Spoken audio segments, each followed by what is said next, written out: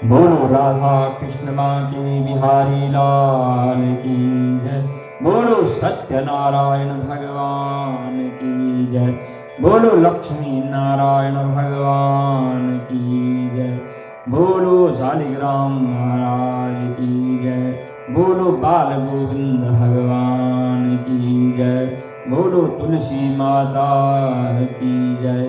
बोलो गंगा माता की जय। बोलो भवानी शंकर कैलाशपति महादेव की जय। बोलो भगवती जगदम्बा गौरा मैया की जय।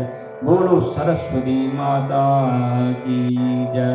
बोलो राम लक्ष्मण भरत शत्रुघ्न सीता माता की जय। बोलो पवन पुत्र हनुमान की जय। बोलो क्षेत्रपाल महाराज की जय। बोलो सत्य सनातन धर्म की जय। बोलो कार्तिक महात्म्य की जय। तो कल हमने किसकी कथा सुनी थी? राजा और ब्राह्मण की।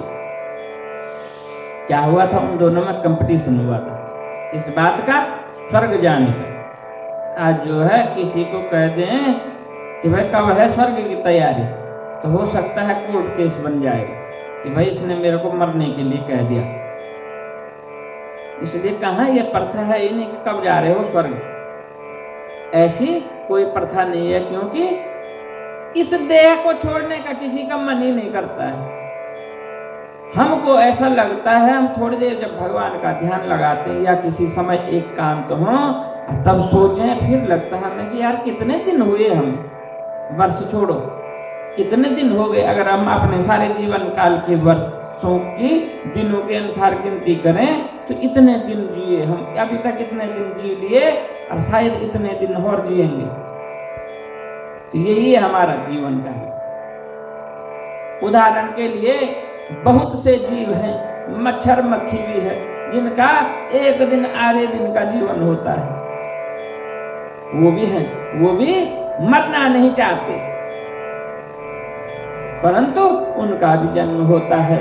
वह भी जो है एक ही दिन में, आधा दिन में अपना पूरा जीवन काल व्यतीत करके और निर्वाण को हो जाते, यहाँ से निकल जाते हैं। ऐसे ही हम लोग भी हैं। इसलिए हमें कभी न कभी जो है यह कामना अवश्य करनी चाहिए कि वह स्वर्ग कैसा होगा जहां हमने जाना है। जब हम अच्छी कामना करेंगे तभी तो जाएंगे। और रोज हम डरते रहेंगे कि भाई मैंने आज ये पाप कर लिया, कल ये पाप कर लिया, पता नहीं कितने डंडे पड़ेंगे वहां यमलोक में, तो तब वहीं जाएंगे। जो ध्यावे फल पावे, कहते हैं ना कि हम जो ध्याएंगे, जिसका हम भजन करेंगे, जिसका हम चिंतन करेंगे, वही हमको मिलता है। हम कहते हैं सुख संपत्ति घर आवे, कष्ट मिटे तन का। सुख संपत्ति घर आवेगी, उसका हम रोज भजन करेंगे तो सुख संपत्ति ही आवेगी। इसलिए जो है हमें हमेशा अच्छा सोचना चाहिए, अच्छा बोलना चाहिए, परोपकार करना चाहिए, पुण्य का कार्य करने चाहिए। इसी प्रकार से जो है राजा बड़ा धार्मिक था, अपनी प्रजा का खूब अच्छे से पालन करता था, परंतु एक अहम हो गया था उसमें, किस बात का? कि वह धनी था। प्रजा का छठा भाग लेकर के वह अपना पालन करता था। राजा तभी तो होगी जब प्रजा होगी, जब प्रजा ही नहीं तो राजा का क्या करना। अगर मैं सुंदर वस्त्र पहन करके और मुकुट धारण करके अच्छे से अच्छे कपड़े पहन करके जंगल में जाऊं तो वहां शेर देखेगा मुझे, या बंदर देखेगा, लंगूर देखेगा। हम किसके लिए पहनते हैं? अपने समाज के लिए, कि मैं अच्छा दिखूं, मैं अच्छा दिखूं, जिससे सामने से देखने वाला मुझको देख करके प्रसन्न हो जाए। तो राजा क्या है, प्रजा के धन से ऐश्वर्य को प्राप्त था। और जो है ब्राह्मण क्या था? प्रजा।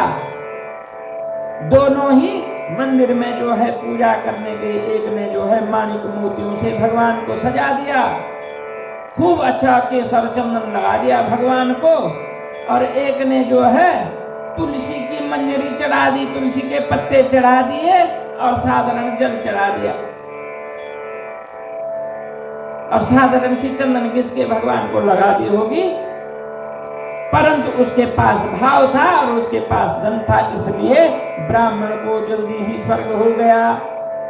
और जो है उस चोल राजा को यज्ञ कुंड में अपनी आहुति देनी पड़ी, प्रायश्चित करना पड़ा, पश्चाताप करना पड़ा, तब जाकर के उसको स्वर्ग की प्राप्ति हुई, अर्थात वैकुंठ की प्राप्ति हुई। इस प्रकार से जो है हर एक जो है भगवान की कथा हमें जीवन में जीवन जीने की कला सिखाती है, ज्ञान देती है, हमें किस प्रकार से जीवन में चलना चाहिए, यह सब हमें सिखाती है। तो आप सभी को आज जो है दीपावली की हार्दिक शुभकामनाएं हैं।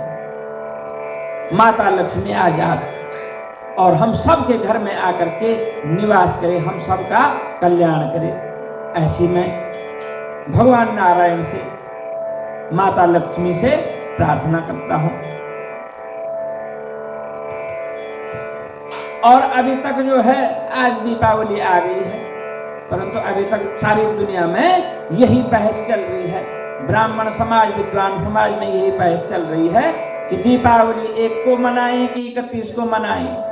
मैं रात 12 बजे तक जो है मैसेज सेंड करता रहा है, भाई अब कितनी बार सफाई दो, ऐसी सफाई दे रहा हूं मैं कि जैसे मैंने कोई जुल्म कर लिया हो, मैं कोई अपराधी हूं कि नहीं ऐसा है नहीं वैसा है। लोग मेरे को दुनिया भर के स्क्रीनशॉट भेज रहे हैं, दुनिया भर के फोटोएं दुनिया भर के डाउनलोड करके भेज रहे, पंडित जी उसने तो ये कहा, भाई साहब उसने तो ऐसा कहा, उसके फलाने के पास 100 साल का पंचांग है। पंचांग है, गणना तो वही हुई है, 100 साल का पंचांग भी होगा, उसमें भी गणना वही आएगी। तो दीपावली, पहले तो आज दीपावली मनाने का महत्व ये है कि दीपावली रात्रि को मनाई जाती, प्रदोष काल में पूजन करके, माता लक्ष्मी का पूजन करके, और रात्रि को दीपदान किया जाता है, घर में दीप जलाए जाते हैं, घर को सजाया जाता है। क्यों सजाते हैं हम घर को? हम अपने घरों को क्यों सजाते हैं? आज अमावस के दिन राम जी भी आए थे। दूसरा कारण क्या है? माता लक्ष्मी के स्वागत के लिए। क्यों? माता लक्ष्मी को साफ सफाई सुंदरता यह बहुत अच्छी लगती है, इसलिए माँ लक्ष्मी वहीं जाती है जहाँ सुंदर सजावट हो। और बाहर खाली ऐसा थोड़ी कि बाहर बहुत लड़ियां पड़ी हैं, अंदर कुछ भी नहीं है, अंदर तो जो है खाली लालच भरा पड़ा हो, ऐसा भी तभी नहीं जाएगी लक्ष्मी माता। मन भी वैसे ही सुंदर होना चाहिए। हम जो है जितने दीप जलाएंगे, जितनी लड़ियां लगाएंगे, तो हमारे अंदर के उतने भाव जो है उन लड़ियों में, उन दीपों में प्रज्वलित होने चाहिए, तभी तो माता लक्ष्मी दरवाजे पर आकर के हमारे घर में प्रवेश करेगी। तो अमावस की रात लक्ष्मी पूजन का महत्व, लक्ष्मी पूजन का महत्व होता है अमावस की रात। अब कई मुझको कहते हैं, पंडित जी अमावस तो जो है 4 बजे आ रही है, फिर कैसे लक्ष्मी पूजन आज करते हैं? तो चलो ठीक है, आज आप ना करो तो कल जो है 6:15 बजे जो है समाप्त हो रही है अमावस्या, और उसके बाद शुक्ल पक्ष आ रहा है, पक्ष बदल गया, तो फिर कैसे करेंगे आप दीपमाला? बातें तो दोनों सोचने की हैं। अगर जो है कल जो है 5 बजे तक होती अमावस, 6 बजे तक नहीं होती, तब तो आज ही करते। प्रदोष काल में है, कल भी है, प्रदोष काल में ऐसी बात नहीं है कि प्रदोष काल में नहीं है, प्रदोष काल में कल भी है अमावस्या, परंतु आज प्रदोष के काल के बाद सारी रात अमावस है। आज जो है लक्ष्मी पूजन का सुंदर समय जो है 5:20 से 8:30 बजे रात्रि तक है, सुंदर शुभ मुहूर्त लक्ष्मी पूजन। तो माता लक्ष्मी जो है अमावस्या, अमावस्या का मतलब है सबसे अंधेरी रात होती है। कृष्ण पक्ष में अमावस्या सबसे अंधेरी रात होती है। और अर्थात इस अंधेरी रात में जो है हम दीप जला करके माता का इंतजार करते हैं। पहले जमाने में ऐसा होता था कि दीप जलाते थे, सुबह से ही लोग जो है निराहार रहते, व्रत करते थे और जब लक्ष्मी पूजन करेंगे, माता का पूजन करेंगे, फिर रात्रि भर जागरण करते थे, जागते रहते थे, इंतजार करते थे। अब मैंने घर पे तो लड़ियां लगा ली, दीप जला के रख दिया कि तेल खत्म ना हो, बड़े बड़े रख दिए कि भाई 8 घंटे 6 घंटे 10 घंटे ये चलेंगे। और अपने आप अंदर जाके सो गया, दरवाजे पे कुंडी मार के। तो लक्ष्मी माता कैसे आएगी? बहुत सारे विधान है, बहुत सारे उदाहरण हैं।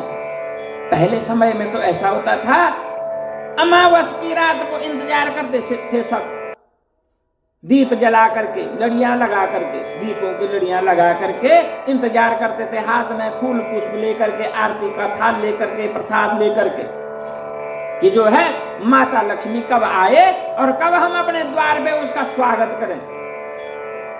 अरे जब हम स्वागत करने के लिए दरवाजे पे खड़े होंगे तभी तो आएगी माता लक्ष्मी। और हम जो है 9 बजे रोटी खा के सो गए, कुंडी लगा ली, बाहर लड़ियां लगा ली, तो लक्ष्मी माता कैसे आएगी हमको?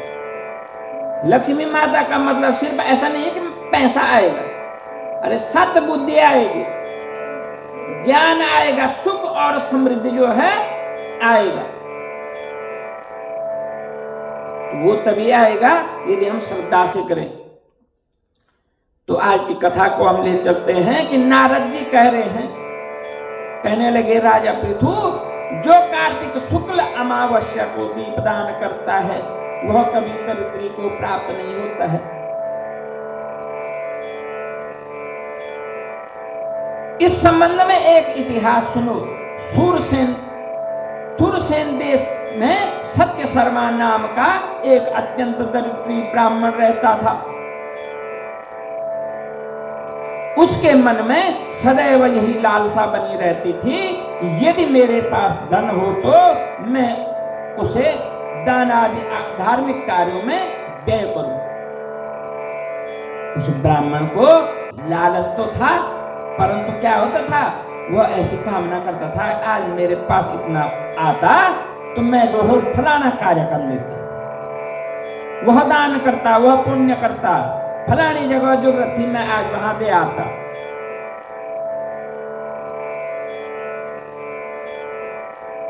सदैव यही लालसा बनी रहती थी।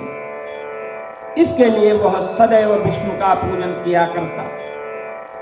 वह जो कुछ कमाता सब व्यय हो जाता, जिस प्रकार से वह कुछ कमाता वह सब जो है खर्च हो जाता। तब इस दरिद्रता निवारण का उपाय पूछने पर एक विद्वान ने उसे बताया कि तुम धन की प्राप्ति के लिए शिव जी की आराधना करो। कि भगवान की आराधना, विष्णु की आराधना कर रहे हैं, उनसे नहीं होगा भाई, तुम भगवान शिव की आराधना करो।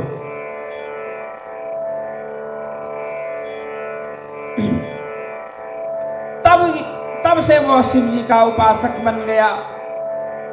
1 वर्ष बीतने पर एक दिन शिव जी ब्राह्मण का रूप धर करके उसके पास आए और बोले कि हे विप्र, हे ब्राह्मण, धन की प्राप्ति हेतु तुम राजा के पास जाकर के उससे वरदान मांगो कि कार्तिक की अमावस्या को हमारे सिवाय कोई अपने घर में दीपक न जलाए। भगवान शिव ने कहा कि यार मैं किस प्रकार से जो है इसको तो भ्रमित कर दिया है किसी विद्वान ने कि तू विष्णु की पूजा ही मत कर, तू शिव की पूजा कर। इसलिए भगवान शिव ने कहा तू ऐसा कर कि राजमहल में चले जा, राजा को बोल, राजा को प्रसन्न कर और राजा तुझे वरदान देगा, आशीर्वाद देगा। तो राजा से वचन ले ले कि जो है जो अमावस्या आएगी कार्तिक की, उस दिन जो है अपने घर में कोई दीपदान नहीं करेगा, दीपक नहीं जलाएगा, और मैं अपने घर में दीपक जलाऊंगा, ऐसा वरदान मांगो। ब्राह्मण ने ऐसे ही किया और राजा ने उनकी बात स्वीकार कर ली। ब्राह्मण ने जो है ब्राह्मण का रूप धारण करने वाले शिव जी की बात मान करके राजा के पास चले गया, राजा को प्रसन्न कर लिया। राजा ने प्रसन्न होकर कहा, भाई तुझे क्या चाहिए? हे ब्राह्मण देवता, क्या चाहिए? किस चीज की आशा? ब्राह्मण ने कहा, मुझे कुछ नहीं चाहिए धन संपदा, मुझे तो वचन चाहिए। धन संपदा, धन तो आज आया और कल गया, इसलिए मुझे वचन चाहिए। तो राजा ने कहा, चल भाई तुझे धन की आवश्यकता नहीं, जब धन की आवश्यकता नहीं तो पता नहीं क्या चाहिए होगा, सुरक्षा चाहिए होगी या कोई गऊ चाहिए होगी या रहने के लिए निवास चाहिए होगा या वस्त्र चाहिए होंगे। राजा ने कहा, ठीक है भाई, मांग वचन। तब ब्राह्मण ने कहा कि महाराज मुझे ये वचन दे दीजिए कि अमावस्या के दिन मेरे अलावा जो है पूरे नगर में, पूरे राज्य में कोई दीपमाला नहीं करेगा। अब राजा दुविधा में फंस गया, कहा भाई बस यही चाहिए था तेरे को? बोला हाँ यही चाहिए। राजा ने कहा, चलो ठीक है, मैंने तुम्हारी बात मान ली। तब कार्तिक कृष्ण पक्ष की अमावस्या से एक दिन पूर्व अर्थात चतुर्दशी को सत्य शर्मा ने राजा के पास जाकर के उसको स्मरण करवाया। तो उसी समय राजा ने सारे शहर में ढिंडोरा पिटवा दिया, सारे नगर में, सारे राज में ढिंडोरा पिटवा दिया कि अमावस्या को कोई भी घर में दीपक नहीं जलाएगा। तो सत्य शर्मा ब्राह्मण था, वह एक दिन पहले चले गया राजा के। क्यों? उसको क्या चाहिए था? चिर स्थित लक्ष्मी जो हमेशा उसके घर में विराजमान रहे और कल्याण कार्यों में लगती रहे। उसने राजा को स्मरण करवाया कि महाराज आपने मुझे वचन दिया है, इसलिए ऐसा ना हो कि मेरे अलावा कोई और विधि दान करे। तब राजा ने जो है सारे शहर में, सारे राज में जो है ढिंडोरा पिटवा दिया कि अमावस्या को कोई भी अपने घर में दीपक न जलाए। राजा की आज्ञा के अनुसार अमावस्या की रात्रि को किसी ने भी अपने घरों में दीपमाला नहीं की। जब रात्रि को लक्ष्मी जी नगर में आई तो देखा सारे घर अंधेरे से सटे पड़े हैं, सब घरों में अंधेरा छाया हुआ है। अब वहां बीच जो है एक कुटिया दिख रही है जहां दीपक जल रहे हैं, रोशनी है, सजाया हुआ है खूब। साथ ही दीपमाला से जगमग हो रहा। लक्ष्मी जी प्रसन्न होकर के जब उस घर में जाने लगी तो ब्राह्मण ने उनका रास्ता रोक लिया।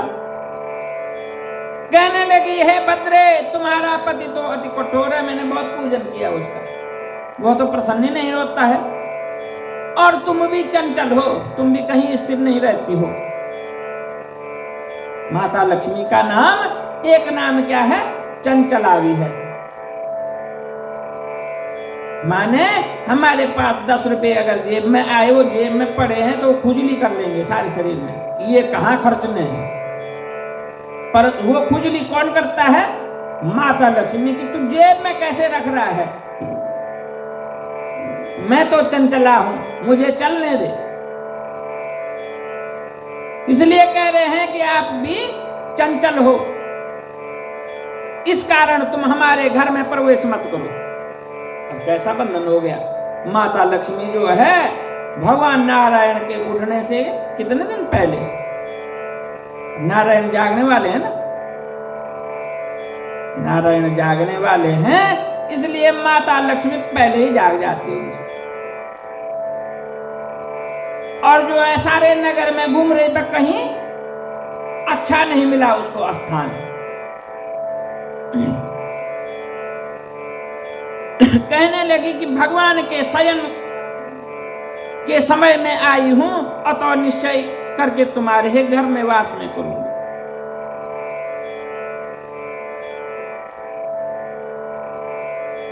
तो ब्राह्मण कह रहा है, तुम चंचल हो, तुम्हारा पति कठोर है और तुम मेरे घर में प्रवेश मत करो।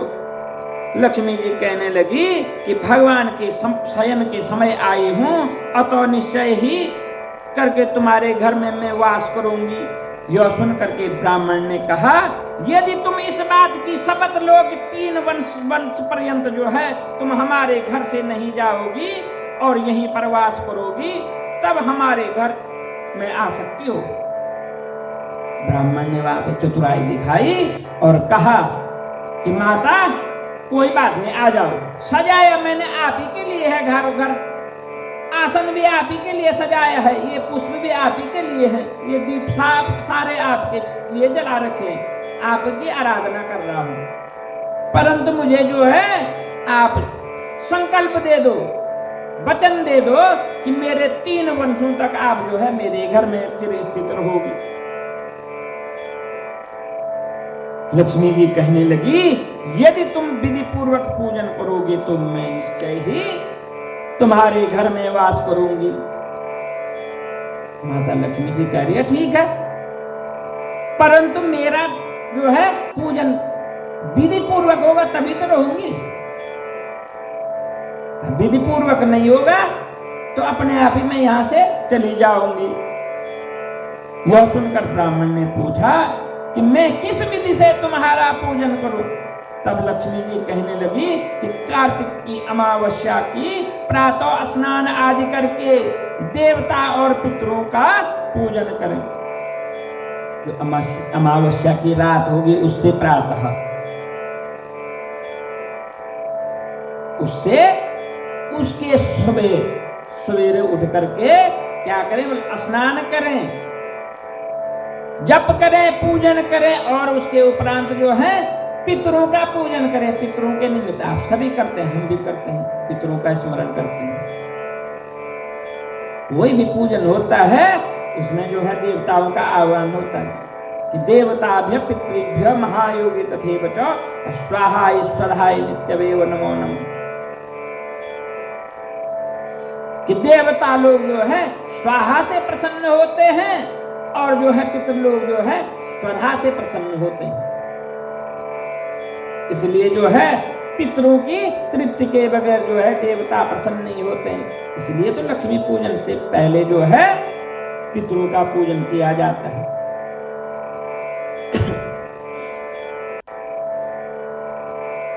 दिन के तीसरे पहर में अनेक प्रकार के सुंदर पकवानों को ब्राह्मणों को भोजन कराएं, घर में बड़े बुजुर्गों को भोजन कराएं और प्रदोष समय में लक्ष्मी का पूजन करके और दीपमाला करना आरंभ कर दें। जो है संध्या का वक्त जैसे शुरू हो गया, लक्ष्मी का पूजन कर लें। मेरा आप सुंदर पूजन करें और जो है दीपमाला करें। उसके बाद घर को सजा लें, अपने ऊपर छत पे भी दीपमाला करें, दरवाजे पे करें, खिड़कियों पे करें। पहले घरों में आले बने होते थे, इसलिए बने होते सारे घर के बाहर आले बने होते थे बत्ती जलाने के लिए। उसकी जगह आज किस चीज ने ले ली? उन जगहों पर बल्ब लगे होते हैं, है ना, सारे घरों में। पहले आले बने होते थे तो सारे घर को सजा देते थे। अपने घर में तुलसी के स्थान पर, ब्राह्मण के घर में, देव मंदिर में, चौराहे पर, शमशान में, गौशाला में दीपक जलाए। कह रहे हैं कि तुलसी के वृक्ष के पौधे के निकट जो है दीप जलाए। परंतु ऐसा नहीं कि कल सुबह तक जो है तुलसी जो है जल करके भस्म हो गई और वहां पे दीप जल रहे। तुलसी को दीप दिखाना, ऐसा थोड़ी कि तुलसी के अंदर दीप रख दिया। तुलसी माता को दीप दान किया और थोड़ी दूरी पे रख दिया। अब हम भगवान को जो है आज के अब तो नहीं करते लोग ऐसा। पहले भगवान के मुंह पे प्रसाद चिपका देते थे कि भगवान खाएंगे इस प्रसाद, और भगवान तो खाएंगे नहीं, वहां बड़े बड़े मकोड़े रहते थे, भगवान के मुंह पे प्रसाद खाते थे। ऐसे ही जो है पीपल के वृक्ष के नीचे, केले के वृक्ष के नीचे, तुलसी के वृक्ष के नीचे सब दीप जला लेते थे। कल सुबह तक वो पेड़ ऐसा होता था लटका हुआ, उसके पत्ते मुरझा जाते थे उस गर्मी से। अब तो काफी समझदार हो गए, सब जो है समझदार हो गए, ऐसी बात नहीं है। कुछ एक होंगे जो इस प्रकार से करते हैं, नहीं तो जो है लोग समझदार हो गए। यह पौधा है, हमने माता माना है ना उसको, पौधा है वो तुलसी का, उसकी सुरक्षा की जिम्मेदारी भी हमारी है। इसलिए कह रहे हैं तुलसी के स्थान पे भी दीप जलाएं, ब्राह्मण के घर में जाकर के दीप जलाएं। ब्राह्मण के घर में जाए और एक दीपक जला दे। देवता के मंदिर में जाए, जो देव मंदिर हो वहां पर भी जाए, दीप दान करके आए। चौराहे पर, घर के आसपास में जो चौराहा हो वहां पे भी दीपमाला बनाए, दीप दान करें। शमशान घाट में भी दीप जलाएं। जहां शमशान हो, नजदीक में शमशान हो तो चले जाओ, वहां पर भी दीप दान करके आओ। और गौशाला भी हो नजदीक में तो गौशाला में भी दीप दान करो।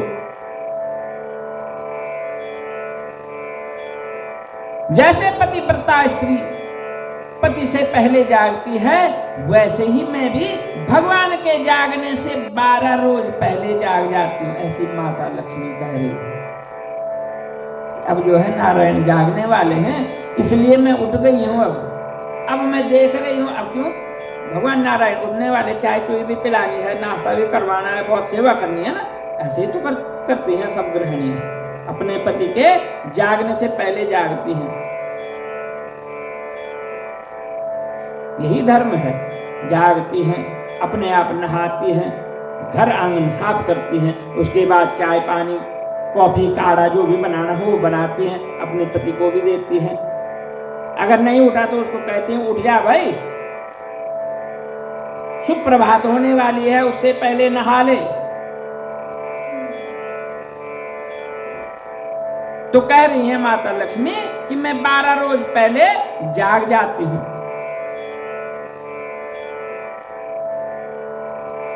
इस दिन बाल वृद्ध तथा रोगी के सिवाय और कोई भोजन न करे।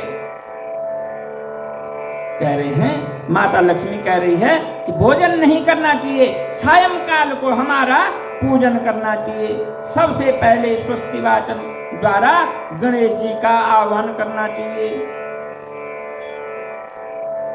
बहुत बड़ा विधान होता है किसी भी पूजन का। और हम सिर्फ ये सोचते हैं कि शाम को हमने जोत जला दी, दीपक जला दिया, लड़ियां आज तो दीपक भी कम ही जलाते हैं क्योंकि धुएं से काले हो जाते हैं ना घर, इसलिए जो है लड़ियां लगा दी, हमारा कार्य पूर्ण हो गया। परंतु सही विधान क्या है? निराहार रहो, व्रती रहो और शाम को प्रदोष काल में माता लक्ष्मी का पूजन करके फिर दीपदान करो, दीप जलाओ।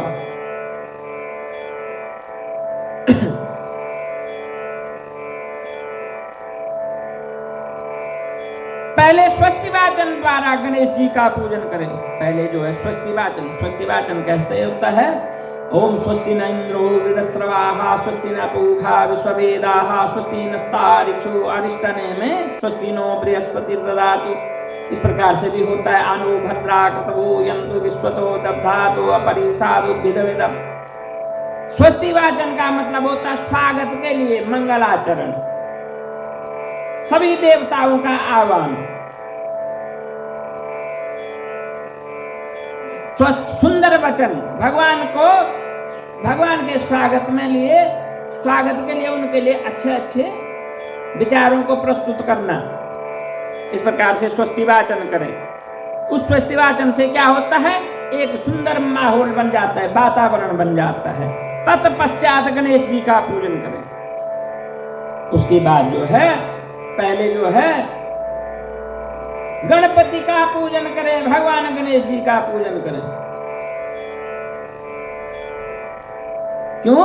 क्योंकि जो है बिना गणेश की पूजा के कोई भी कार्य सिद्ध नहीं होता है। कि वक्रतुंड महाकाय सूर्यकोटि समप्रभ अविघ्नं कुरु मे देव सर्वकार्येषु सर्वदा। इस प्रकार से भगवान गणेश जी का पूजन करें, वंदना करें। फिर कुबेर का पूजन करें। कुबेर कौन है? कुबेर के बारे में जानते हैं आप लोग? कौन है? धन के देवता कुबेर, मैनेजर है वो माता लक्ष्मी के, कैशियर, जहां सारा धन जो है जिनके पास तिजोरी में रखा होता है, धन के देवता कुबेर जी। फिर कह रहे हैं कुबेर का पूजन करें। अब काली लक्ष्मी माता जी आए, कुबेर आया ही नहीं, अटैची में पैसे लेके तो कहां से देगा माता लक्ष्मी, पैसे कहां से देगी। इसलिए जो है माता के साथ माता के कैशियर को भी बुलाना जरूरी है। इसलिए कुबेर का पूजन करें, संकल्प करें, तत्पश्चात माता लक्ष्मी का पूजन करें। जैसे बैंक में मैनेजर होता है ना, प्रबंधक, वैसे माता लक्ष्मी साधारण समझने की बात नहीं। एक प्रबंधक होता है जो देखता है कि हाँ भाई तेरे सारे कागज ठीक है, भाई कागज पत्र ठीक है, प्रक्रिया ठीक है, लोन लेने की कोई फ्रॉड नहीं है, तब कहता हो कि भाई ठीक है, अब तुम जो है कैशियर के पास जाओ। अब वो जो है संस्तुति करेगा, उसके बाद तुम्हारा लोन पास हो जाएगा, पैसा मिल जाएगा। ऐसे ही कह रहे हैं कि संकल्प करो, प्रसन्न करो। माता लक्ष्मी कह रही है कि मुझे प्रसन्न करोगे तब जा करके जो है तुम्हें जो है धन ऐश्वर्य सद्बुद्धि की प्राप्त होगी। माता लक्ष्मी के पास कौन कौन से धन है? सुख और समृद्धि।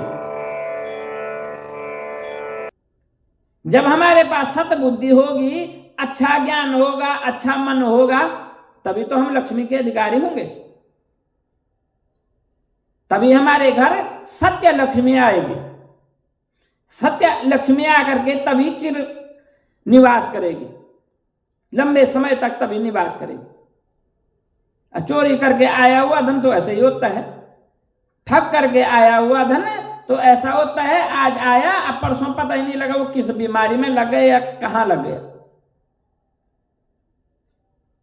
इसलिए 8 प्रकार की लक्ष्मियां हैं। तो भोग लक्ष्मी और सत्य लक्ष्मी सबसे शुद्ध लक्ष्मी है, जो सत्यता से आई हुई है। तब उसके बाद वो कितनी है? वो भोग लक्ष्मी, जिसका हम अच्छे से भोग कर सकते हैं, जिसमें किसी प्रकार का दोष ना हो, जो हमने छल से ना प्राप्त की हो। तो माता लक्ष्मी कह रही हैं कि तब संकल्प करके मेरा पूजन करें। और कैसा स्वरूप है लक्ष्मी का, ऐसा स्मरण करें। क्योंकि हम तो भूल जाते हैं ना कि कल मैं कैसा दिख रहा था, अपना ही भूल जाते हैं कि कल मैं कैसा दिख रहा था। इसलिए तो रोज हम श्रृंगार करते हैं, रोज कंघी करते हैं, रोज नए नए वस्त्र डालते हैं, क्योंकि हमें अपने से ही तृप्ति नहीं होती। मैं आज अच्छा नहीं दिख रहा, ये कुर्ता पहना उतार दिया, नहीं ये नहीं लग रहा अच्छा, दूसरा पहनूंगा। इसलिए माता लक्ष्मी कह रही है कि जो है मेरा कैसा स्वरूप है उसका स्मरण करें। कमल के आसन पर मैं स्थित हूं, कमल के पुष्पों की माला मैंने धारण की हुई है। मेरे जो है कमल जैसे नेत्रों का आह्वान करो, कमल जैसे नेत्रों का स्मरण करो कि मेरे जो है नेत्र कमल जैसे हैं।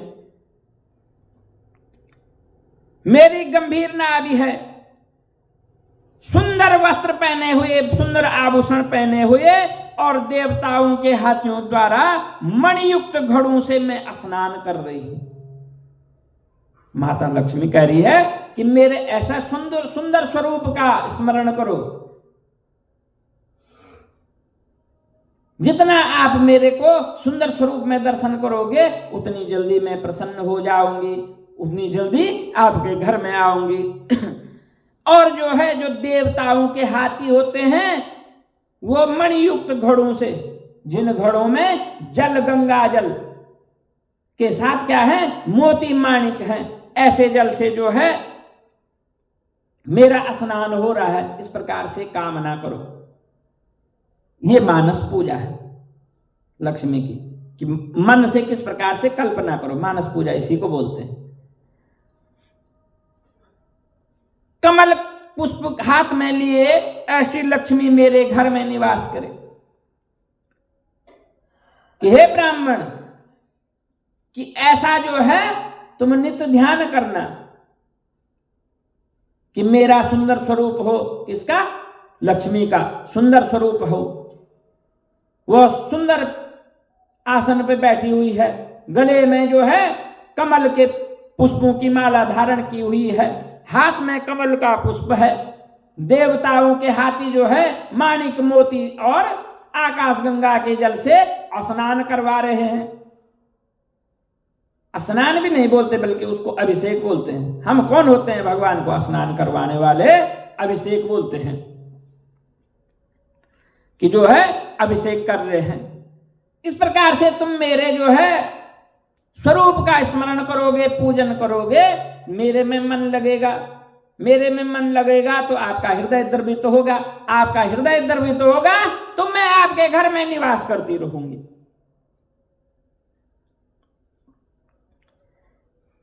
सर्वप्रथम लक्ष्मी को आसन दे, फिर पाद्य अर्घ्य आचमन स्नान वस्त्र धूप दीप नैवेद्य फल जल तांबूल सुपारी इन सब वस्तुओं को अर्पण करके नमस्कार करके दीप जलाएं। इस प्रकार से पूजन करके मेरा 16 प्रकार पूजन करके 16 प्रकार की जिस प्रकार से रोज सामग्री चढ़ाते हैं यह पूरी सामग्री चढ़ा करके तब दीप जलावें और तमाम रात्रि भर भगवान का कीर्तन करें। कह रहे हैं माता लक्ष्मी उपदेश कर रही है उस ब्राह्मण को कि यदि तू इस प्रकार से करेगा तो तब मैं रहूंगी, नहीं तो कैसे रहूंगी? जहां मेरा भजन होता है, जहां मेरे को आदर सत्कार मिलता है, मैं वहीं निवास करती हूं। इस प्रकार कुबेर तथा लक्ष्मी का पूजन करके ब्राह्मणों को भोजन कराएं। तत्पश्चात बंधु बांधवों सहित आप भी भोजन करें। सत्य शर्मा विधिवत इसी प्रकार सत्य शर्मा ने इसी प्रकार किया, जिससे वह बहुत सा धन धान्य हो गया। इसके बाद उसने अनेक यज्ञ भी किए। फिर सत्य शर्मा विरक्त होकर के मथुरा चले गया। कभी कभार तब ऐसा भी तो होता है जब धन धान्य सब परिपूर्ण हो गया, कभी रोग भी नहीं लगा, कोई चिंता भी नहीं हुई। अब आखिर में जो है वह सत्य शर्मा सुख समृद्धि पा करके आखिर में जो है विरक्त हो गया। उसको अरुचि हो गई उस चीज से कि बस अब बहुत हो गया, मैं जो है धरती पर इतना ही इसका भोग करना चाहता हूं, अब तो भगवान की शरणागति प्राप्त हो।